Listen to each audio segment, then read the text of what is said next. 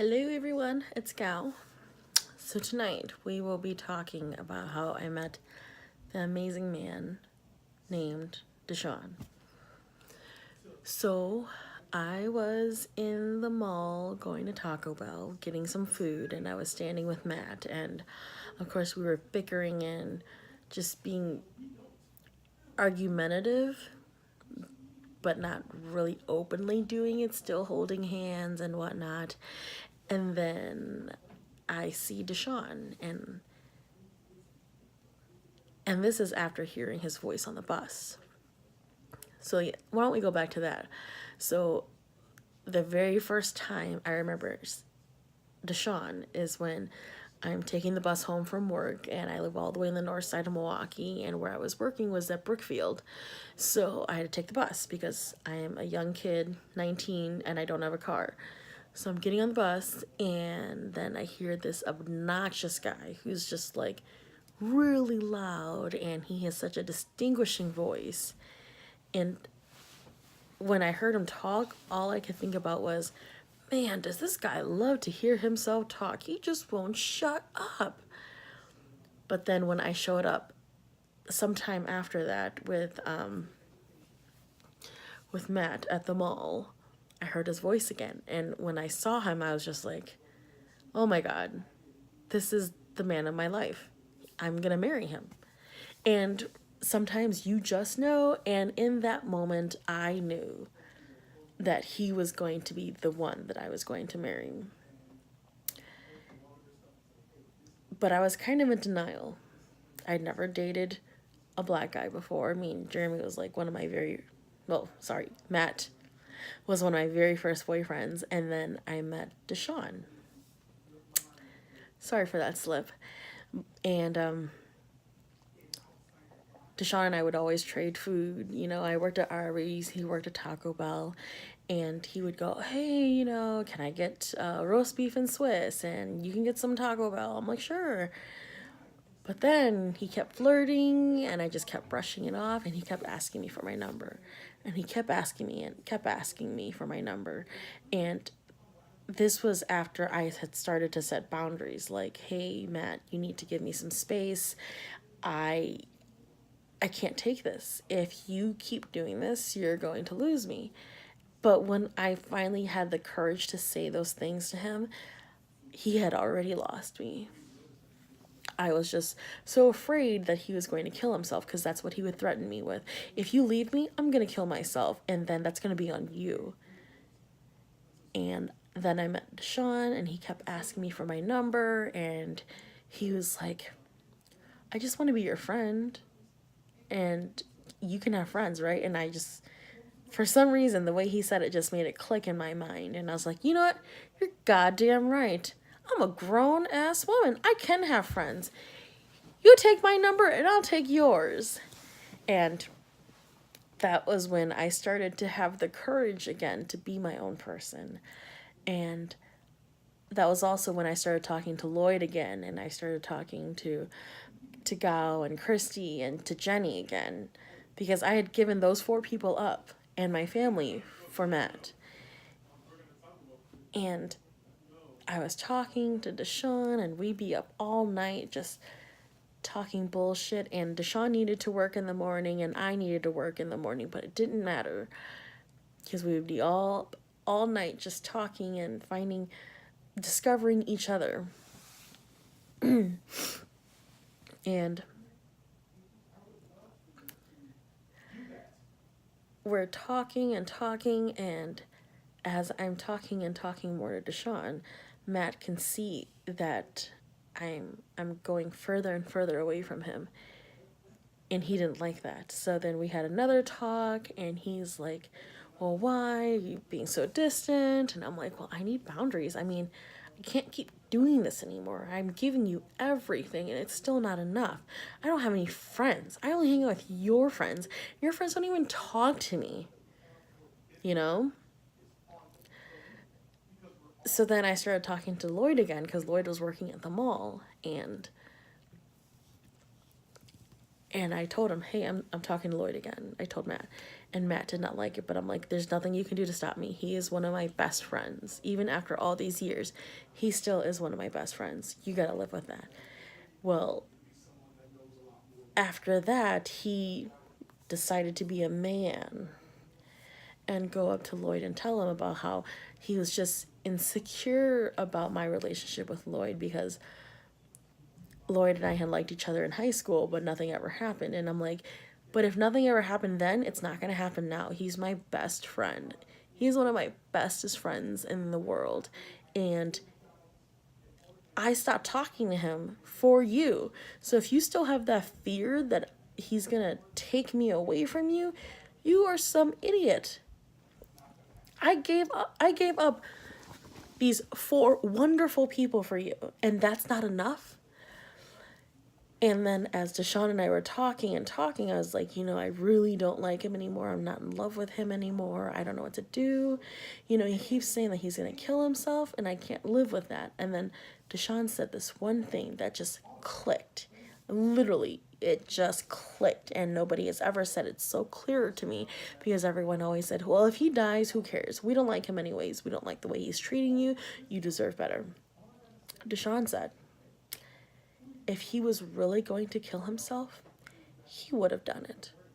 Because people who are depressed and kill themselves don't talk about it. They are about it. I knew people in high school. We were really cool. We were going to go to the movies. We were going to hang out. And the next thing you know, a friend calls me and says, hey, have you heard from so-and-so? And he's like, no. Well, we're not going to the movies anymore. And Deshaun would say, why? He goes, well, so-and-so killed himself.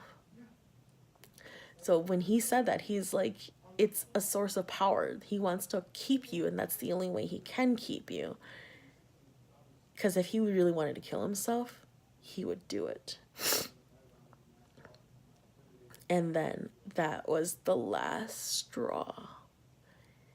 And all of this starting from hearing his voice. All of it started. So then I finally broke up with Matt. Like, full-fledged broke up with him. And he was beside himself. He was upset. He was just like, can't believe you do this to me. We've been together for 2 years. How could you do this? And I'm like, I'm not in love with you anymore. You are suffocating me. It is driving me nuts. And he had said, you know what? I love you so much that I'm willing to work with you. Oh, so you're doing me a favor is what I'm thinking. But he goes, give me 1 week. Give me 1 week to fall in love with, to get you to fall back in love with me. And I was just like, you know what? I guess I owe this relationship that much when really in reality I didn't owe it anything because it's been hell. And I had called Deshaun and I was like, so Matt said that he really wants me to give us a chance, so I'm giving him a week. And then Deshaun goes, okay, click. And I'm like, wait, I didn't even get to finish. But I called him and I called him and I called him and he wasn't answering my phone anymore. So I was like, well, I guess I'm stuck with him now, but whatever. Deshaun calls me an hour later. He goes, no, you know what? No. I don't care what oh boy says.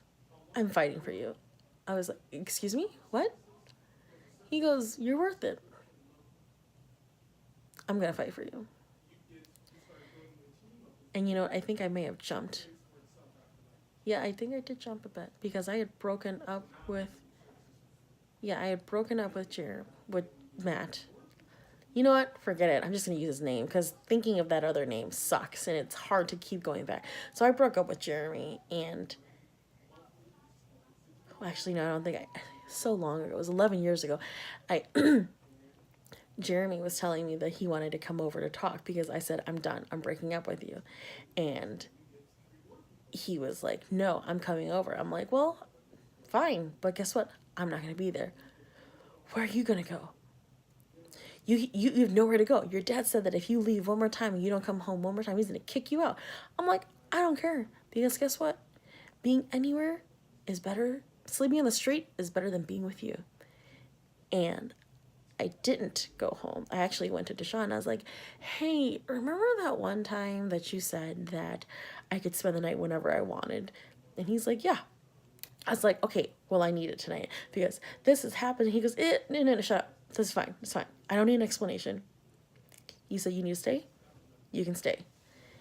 And then that was it. Then it was like amazing being with the person who listened to me. And it's funny when he and I talk about, he's like, that night when we're taking the bus to my house because I lived with my mom, I didn't think you were going to come with me. And I'm like, I didn't have anywhere else to go. So I asked you, you said yes. So there we go. And it has been the best decision of my life. Again, he drives me nuts, but he is still the best thing to ever happen to me. So yes, back to when I broke up with him and, Deshaun goes, you know what? I'm not giving you up that easily. I talked to my friends and they're like, dude, you are Deshaun. You are the shit. You can get any woman that you want, and you want this girl. You want this woman. You go after her. You get her. Well, that week of falling back in love with Jeremy was hell. I mean, he was smothering me again, no space at all. And those first couple days was hell. So I knew right then and there that that was it. I couldn't do it anymore. I couldn't pretend. So then he came over one night and he's like, you're not giving me the time. I'm like, you know what? I can't do this. I'm done with you. I'm so done. You just go your own way. I can't do this anymore. And he said, well, you know what? He picked up my dad's hammer and he goes, I'm going to kill myself right in your dad's basement. And then I was like, you know what? My dad is a Christian and a spiritualist. So if you're going to go kill yourself in the alley, because my dad doesn't own that property. So there's no way that you can haunt him. And he's like, you're such a bitch. How could you be so heartless? And I'm like, because if you were going to do it, you would have done it already. So then he and I started wrestling. And I wrestled the hammer out of his hand. And I shoved him out the door. And I was like, get out. Get your shit and go. I am done. And he goes home and he's crying. And he may well be. I don't mean to make fun of his feelings, but at this point, I don't care. That was a horrible relationship. And that's the whole entire reason why I'm making these videos. I'm chronicalizing everything. This is my memoir. Because I don't want any person, man or woman, or transgender or whatever, I don't want anyone to go through what I went through. And the only way that this message will get heard is if I talk about it, is awareness. Because you are important enough. You are the shit. And don't let anybody else tell you that you're not. Remember that. You are the shit. You own your stuff. Walk around with confidence. If you fake it, someday it will be real. Remember that. You guys have a good night. Questions and comments, leave it down below. I'll answer you, okay? Have a good night.